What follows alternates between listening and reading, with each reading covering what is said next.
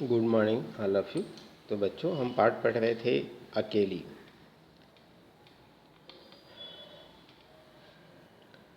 बुआ जो है साड़ी के आंचल से अपने हाथों को ढके ढके फिरा करती थी। शाम को राधा भाभी ने बुआ को एक चांदी का सिंदूरदानी, एक साड़ी और एक ब्लाउज का कपड़ा लाकर दे दिया। सब कुछ देखकर उसे देखकर बुआ बड़ी प्रसन्न हुई और यह सोचकर कि जब वे सब दे देंगी तो उनकी समधिन पुरानी बातों को भूल जाएगी। वास्तव में मिलन सारिता की कितनी प्रशंसा करेगी। उनका मन जो है यह बात सोचकर बड़ा ही प्रसन्न हो रही थी, पुलकित हो रही थी। अंगूठी बेचने का गम भी इस छोटी सी खुशी में, प्रसन्नता में वह भी चला गया। पास वाले बनिए के यहाँ से एक आने का पीला रंग लाकर रात में उन्होंने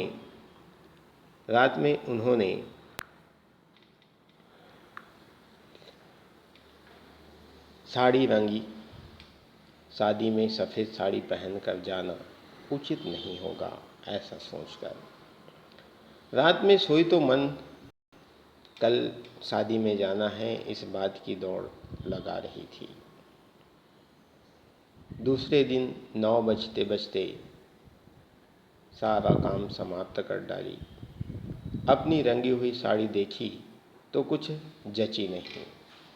फिर ऊपर राधा के पास पहुंची और राधा से पूछने लगती है, क्यों राधा, तू तो रंगी साड़ी पहनती है तो बड़ी आब रहती होगी, बड़ी प्रतिष्ठा होती होगी, चमक रहती है, इसमें तो चमक आई नहीं।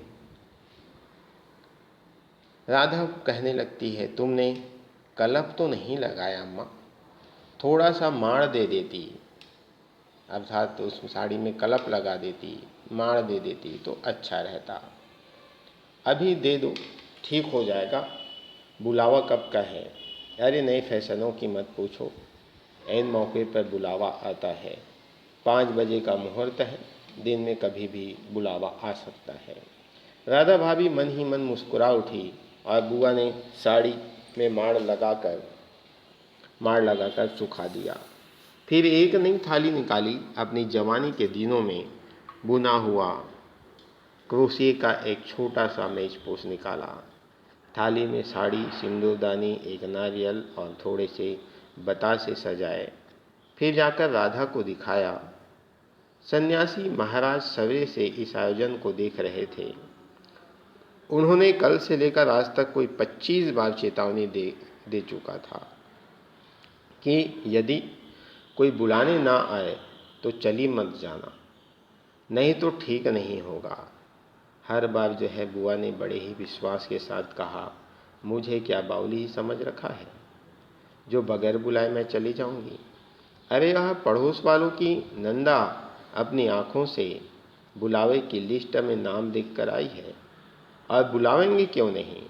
शहर वालों को बुलावेंगे और समधियों को नहीं बुलावेंगे क्या।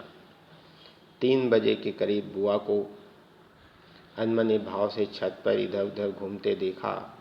राधा भाभी ने आवाज़ लगाई, गई नहीं बुआ।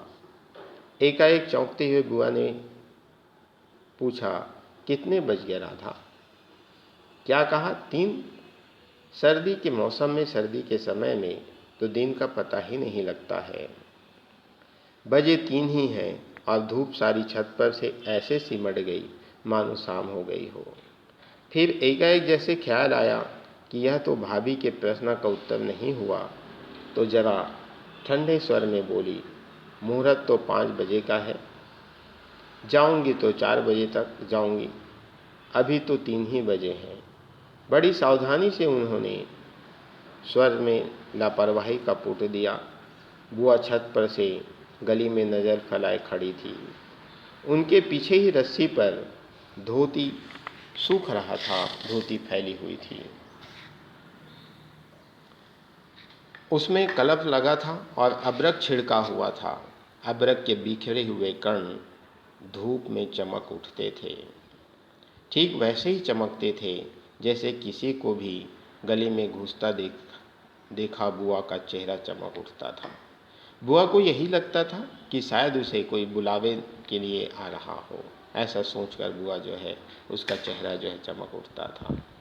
7 बजे के धुंधले में राधा ने ऊपर से देखा कि दीवार से सटी गली की ओर मुंह किए एक छाया मूर्ति दिखाई दी। उसका मन भर आया कि बिना कुछ पूछे इतना ही कहा, बुआ, सर्दी में खड़ी खड़ी यहाँ क्या कर रही हो? आज खाना नहीं बनेगा क्या? 7 तो बज गए। जैसे एकाएक नींद से जागे हुए बुआ ने पूछा, क्या कहा 7 बज गए? फिर जैसे अपने से ही बोलते हुए पूछा, पर 7 कैसे बज सकते हैं? मुहूर्त तो 5 बजे का था। और फिर एकाएक ही सारी स्थिति को समझते हुए बुआ जो है बोल उठी, अरे खाने का क्या है, अभी बना लूँगी। 2 जने का ही तो खाना है, क्या खाना और क्या पकाना। फिर उन्होंने सूखी साड़ी को उतारा, नीचे जाकर अच्छी तरह उसकी तह की धीरे धीरे हाथों से चूड़ियाँ खोली, थाली में सजाए हुआ सारा सामान उठाया और सारी चीज़ें बड़ी जतन से अपने एकमात्र संदूक में रख दी। और फिर बड़े ही बुझे दिल से अंगीठी जलाने लगी, खाना बनाने की तैयारी करने लगी। वास्तव में बुआ जो है किस प्रकार से बगैर निमंत्रण के भी इस प्रकार से प्रसन्न हो गई थी कि निमंत्रण आएगा, और उस निमंत्रण के इंतज़ार में, निमंत्रण के विचार में क्या क्या तैयारी कर ली थी बुआ जो है। लेकिन उसे निमंत्रण नहीं आता है तो बुआ जो है बड़ी ही मायूस हो जाती है कि वास्तव में शहर के लोगों को निमंत्रण दिया गया है लेकिन समधीन को निमंत्रण नहीं दिया गया है। तो बच्चों, ये पाठ आपके समाप्त हो गए। धन्यवाद।